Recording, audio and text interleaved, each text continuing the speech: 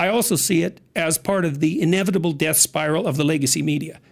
They're dead. And why? Well, they don't have a monopoly over the dissemination of information at all. YouTube, for all of its flaws, which are manifold, is an unbelievably powerful and accessible technology. No question. Where the cost of entry is zero. It's like no TV station can compete with that, period. They're done. And then these print media sources, especially when they're great people, Barry Weiss might be an example, leave because they can't say what they want to. They don't have to lose much of their talent before all they've got left is hacks. And then everyone can publish to an international audience instantly online. So part of what we're seeing in the mainstream media is a technologically fueled death spiral. And I know how large corporations die. So there's this principle, Pareto principle, which is that the square root of the number of people in a given creative enterprise do half the work. And so if you're a news organization with 1,000 people, 30 of them do half the work. And you think, no, and you can think that all you want, but you're just wrong, because this is one of the most well-established findings in social science, period. So you got 1,000 people, and 970 of them are putting in time, and 30 of them are doing half the work. And then something shifts.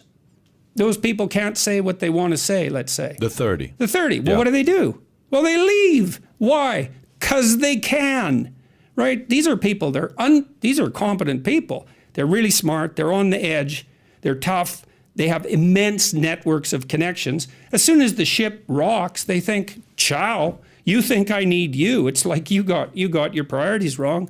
You need me. They go off like Barry Weiss did and start their own thing. And so then you're left with the 970 that was only doing half the work. Yep. And then the next 30 competent people leave. And soon all you've got is people who run the legacy media. And they say things like, well, Joe Rogan, people shouldn't listen to him because he just wings it. It's like, how clueless can you possibly be? Or you have people like at CNN who treat Rogan like he's an outsider, despite the fact that he's pulling in numbers that are at least five to eight times their average viewership. Joe is fringe. It's like, really? We'll see who's fringe here.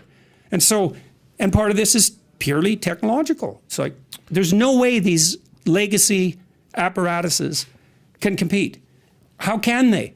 Printing with universal distribution is free. Video with universal distribution is free. How can a network possibly compete? It can't.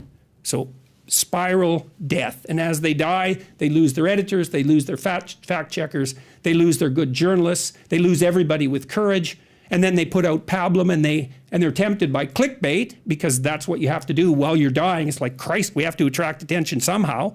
So you say, well, Joe Rogan apologized, and everybody clicks on it, and they read it, and they think that's a lie, and so you've lost another 5% of your viewership. CNN is probably sitting in their board meetings saying, God, please, we need Trump to be president again, because when he was president, we were making money. We need somebody like that to be president. They're begging this guy to come back. Can you imagine if CNN ends up like putting him on left and right to berate him, but at the same time, they're getting more eyeballs? But